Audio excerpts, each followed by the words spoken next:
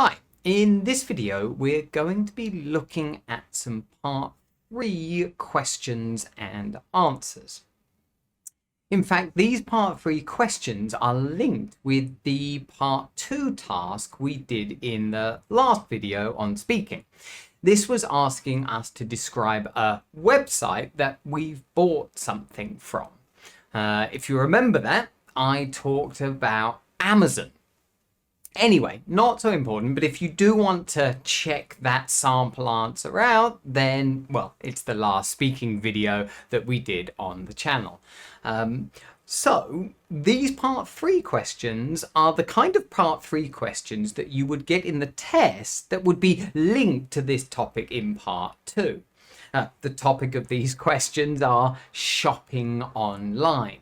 Of course, the part 2 was asking you to describe a website that you bought something from. So this is a kind of a topic that's very much connected to what you would talk about in part 2, shopping online.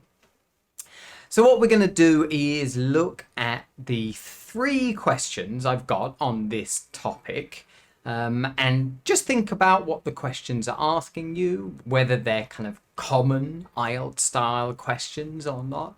And then we'll look at 3 sample answers for these questions. And after that, I'll give a quick analysis of why they're good and appropriate answers for the IELTS speaking test and why you would probably get a high score if you gave these types of answers.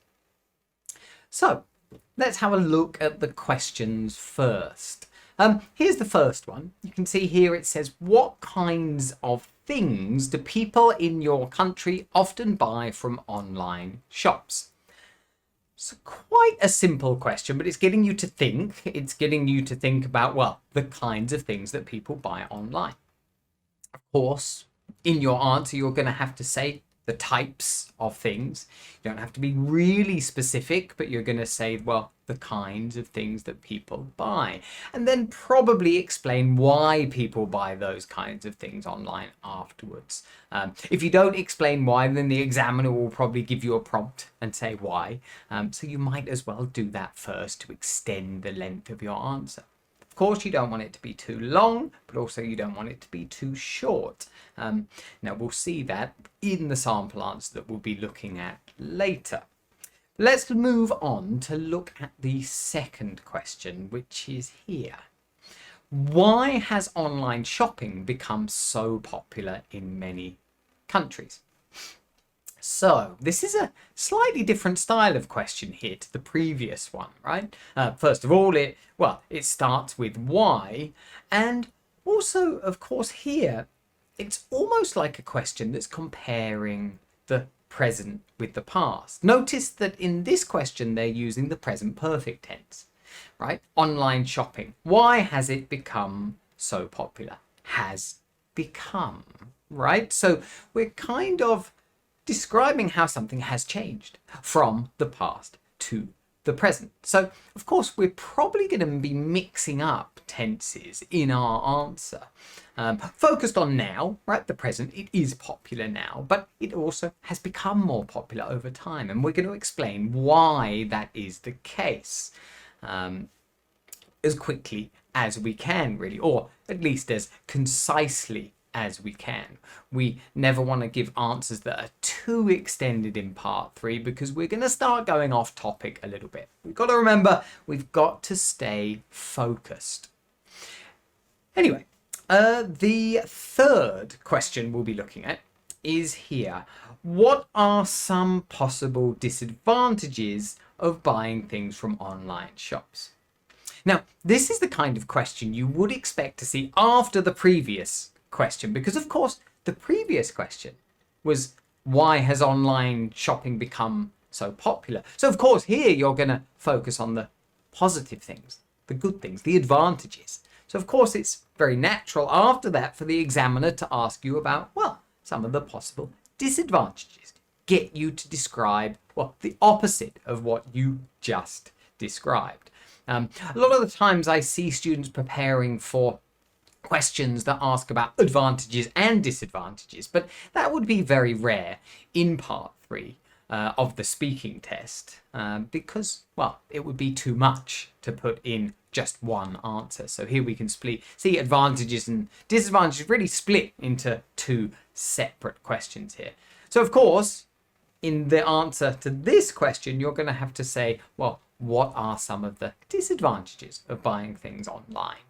And explain them. Of course, it's disadvantages there, and well, most people would notice that that is the plural form of disadvantage. So of course, you need to give more than one disadvantage really to answer the question fully. Of course, you don't want to give too many, right? Two would certainly be enough here. And then to explain them a little. So what we need to do now, we've looked at the three questions, is look at the answers to these three questions. And then I can analyze them a little bit afterwards. But basically all of them are focused on answering the question nice and directly and then explaining the answer a little bit afterwards. None of them go on too long, but none of them are really too short. They all fully answer the question, and that's what you should be doing in part 3. You'll notice that they are different lengths though, right? Not every question requires an answer that is exactly the same length. This can vary in how much you have to say about the question that you're given. Anyway, let's have a look at these answers. So the first question, if you remember, was what kinds of things do people in your country often buy from online shops? People usually get stuff like furniture, other things for your home, gadgets, or kids' toys online. These things are easy to find on the internet, and they're probably going to turn up the way you expect them to be. Why has online shopping become so popular in many countries? I think it's got more reliable, and getting your shopping online is now easier than going out to the high street shops.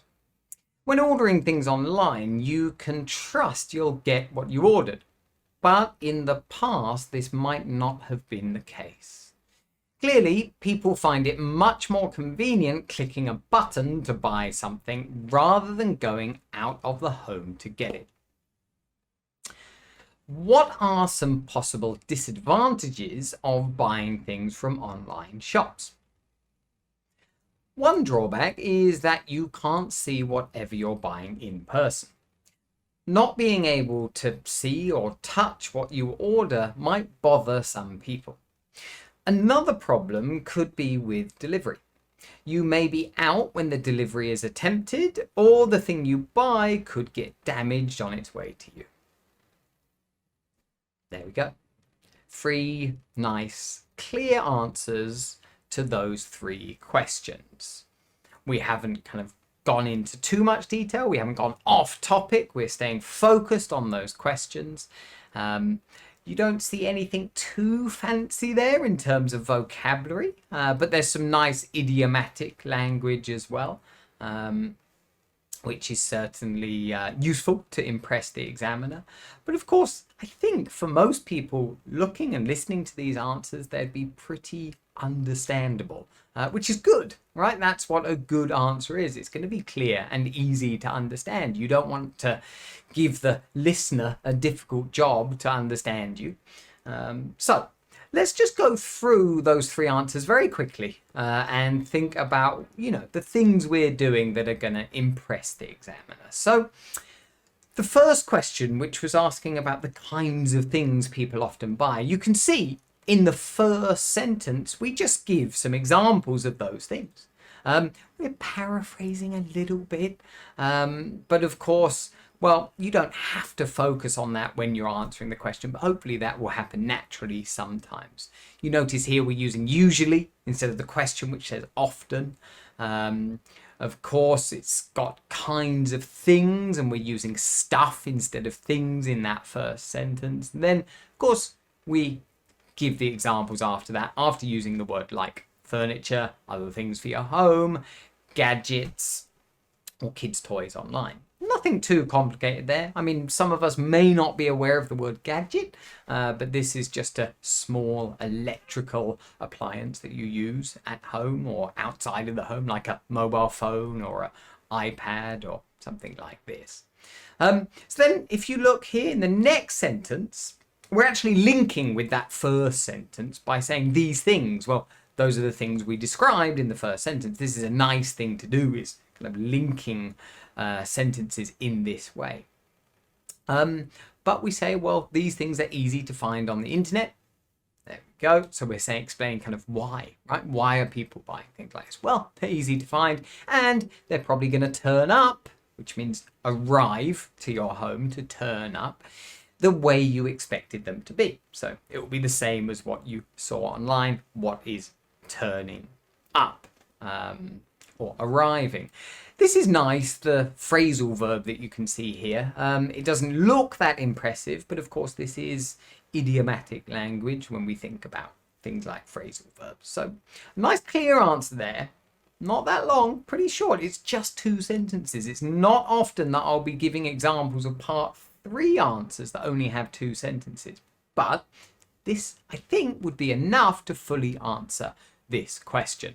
I don't think the examiner would have to give you any more prompts to kind of fully answer the question that we had there. So it's enough. Now, when we look at the other answers, you're going to notice they're slightly longer, but not too long. That second question was, why has online shopping become so popular in many countries? So, of course, you notice in the answer straight away, we begin by copying the tense of the question. I think it's got more reliable. So it has got, we're just making a contraction there between it and has. It's got more reliable. So of course we're using the present perfect in our answer. This is often a good thing to do, is copy the grammar that's in the question that you get. And we've answered it directly. Well, it's more reliable. That's the first reason.